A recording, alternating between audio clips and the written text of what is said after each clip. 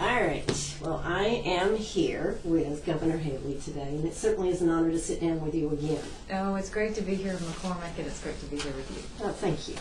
Well, you know, I've been thinking about this since I don't get this opportunity very often, so I was thinking about what are we going to talk about? And I was thinking about after campaigning so hard for Governor Romney, how was it afterwards? That had to be a huge letdown.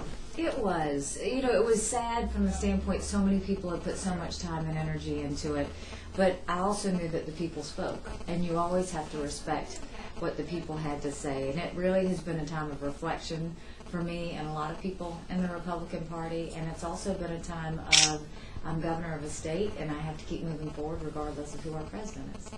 Absolutely. So, what was the biggest thing you learned being on the campaign trail? Well, you know, I think what I learned was the Republican Party has to look in the mirror. We have to understand that this happened on our watch, that we made some mistakes, and the mistakes are that we totally played on President Obama's turf, and we thought if we just talked about his record and everything that he had done wrong, then we'd be okay.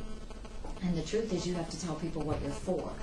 You know, it's easy to say, oh, we're not for illegal immigration. But what we need to be saying is we appreciate the legal immigrants that are here and our country is better for it. We have to expand the worker visa program. Give some solutions instead of just saying no.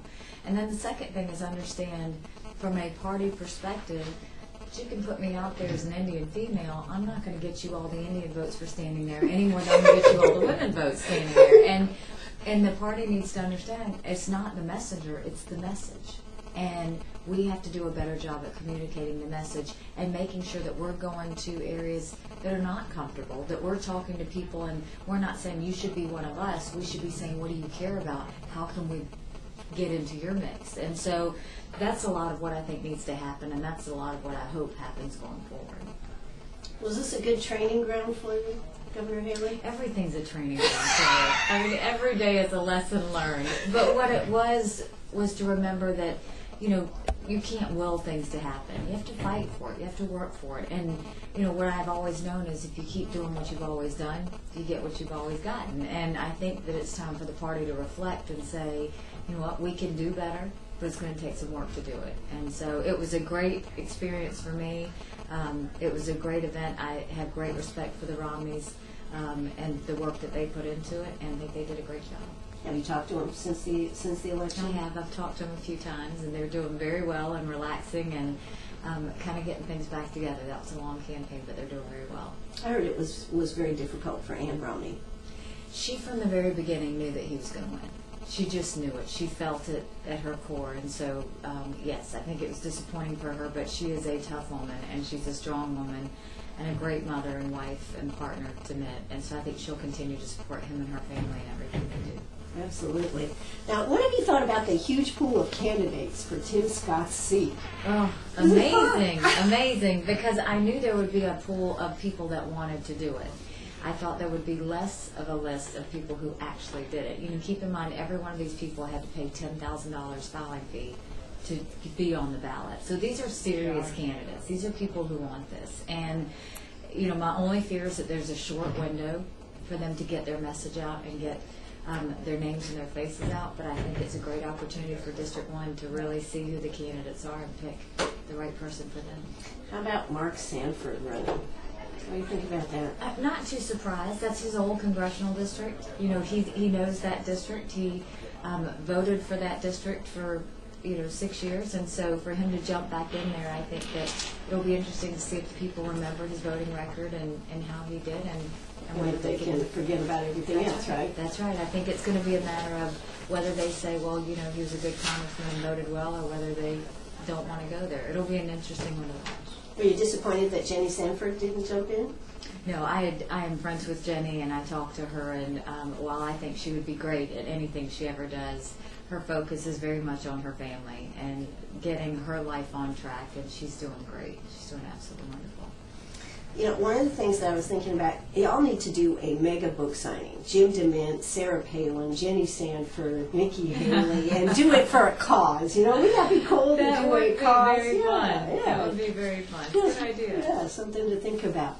But I had Mike Pitts on my radio show the other day, and we were talking about the fact that 81% of the budget is for education and healthcare and only 3% for law enforcement.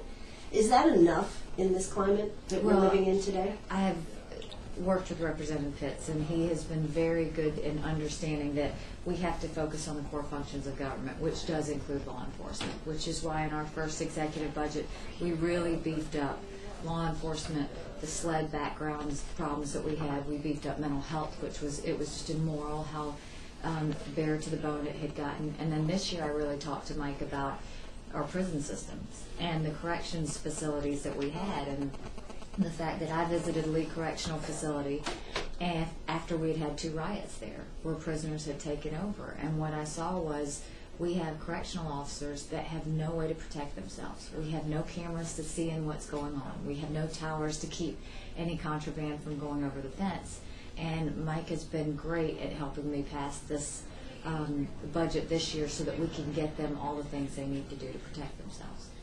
So do you think you will be putting more of the budget in that core function, or where will the money come from? Well, this is all about understanding that we have a defined amount of money. And exactly. So a month before I think the budget came that we rolled it out, we were 86 million short, and it was a matter of, okay, where do we cut? Where else do we cut? You have to live within your means, and so what we have done for the past 2 years is beef up law enforcement. We've beefed up mental health. Corrections was another one that we wanted to go and help and do that. Education's always going to be there, but you just have to understand sometimes you choose those core functions over parks or carnivals or arts commissions and things like that. We have to do those things, and that's for the good of the state, and it doesn't mean we don't like any of the other ones. It just means we have to prioritize and say what's important. Absolutely. Well, now, what about this gas tax? I understand you last week were on the radio down there in Columbia, and they were pounding on you last week about upping the gas tax, and I know a coin dealer down there, and he wanted me to tell you that he supports what you're doing by holding the line. I am holding the line, and the reason is all of the gas tax collections that we have now don't go to infrastructure. Where do they go? They said they have a percentage that goes to Department of Natural Resources, they have a percentage that goes to education, and so what I'm saying is you need to make sure 100% of the gas tax is going to infrastructure first before you talk about raising anything. The second thing is we have to prioritize where the additional monies come from. What I have in my executive budget usually is the most conservative estimate they have. By the time the budget moves from the House to the Senate, the economic advisors make a new budget, and it usually is about $100 million more. And so what I've said is, first, let's finish up with eliminating the 6% income tax bracket, which is about 75% of the people. And the rest of the money should go to infrastructure. And so with that, we would start putting money towards infrastructure that would make a difference, average $100 million a year. Then you have to prioritize where those monies go. Right now, you've got an infrastructure bank where Charleston and Florence keep fighting over the money, and everybody else is left out to dry. We've got to make sure that it's these rural counties that need the money, that we're making sure we get them the infrastructure so I can get CEOs to come in here and put companies in. Absolutely. I mean, you can't avoid the maintenance aspect of our roads, and they are getting in bad shape. That's right. That's right. And we don't need a bridge to fall before we decide that infrastructure should be a priority. And so that's why I've said if we could put $300 million away last year for the ports, we can continue to start to add up money every year and put money away for infrastructure. So what do you think, who does DOT actually answer to? Well, that's the funny thing is another restructuring issue that I think we need to deal with. I appoint the secretary who works for a board, and the board is appointed by the legislature. So I have said we need to get rid of this board so that my secretary, I can handle him like I do all my other agency directors and say this is how we're going to come up with a state plan. Is that the Department of Administration? Well, that is one thing, Department of Transportation, just to have that as a cabinet agency where I can control it. Or a governor can say, you know, each of these board members are watching out for a region, but a governor watches out for the state. Sure. And the secretary should watch out for the state. So I have said either get rid of the board and let me take over this agency, or quit giving me the ability to hire a secretary that doesn't work for me but works for this board, because it doesn't make sense when they have two bosses, and it's unfair to put them in that position. And I think that's the reason the Department of Transportation is in the situation it's in.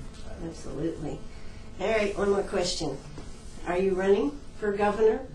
I have not decided Oh, yet. come on, No. Governor Haley. And the reason why I'll tell you that is I've got a husband that's deployed. You know, I've got a daughter that just started high school. It's a time of reflection of, you know, you see what have we accomplished in the state, what else do I want to accomplish in the state. So it won't be long. I mean, I think we'll know one way or the other. But, you know, you want to know that whatever you do, it means something. And that people are going to be better for it. And so I think I owe it to myself, I think I owe it to my family, I think I owe it to the state to really think about it before I just jump back in or jump out. Well, all right. We have been here today with Governor Nikki Haley. A cagey answer here today on whether she's running or not. I'll bet you're going to run. I think you've done a terrific job so far, and you have a lot left to do. Thank you. I appreciate that. It's been fun. We've enjoyed it. And one more thing I would like to say is, what would be the possibility of you calling in to WCRS every once in a while? We'd love to have you on the We radio. could do that. If you just talk to Rob and plan that, we'd love to just call in every so often and let you know how we're doing. Thank you very much, Governor Thank you so Haley. much. It's always a pleasure. It's great. Thank you. It's good to see you. Oh, it's always good to see you. It's fun.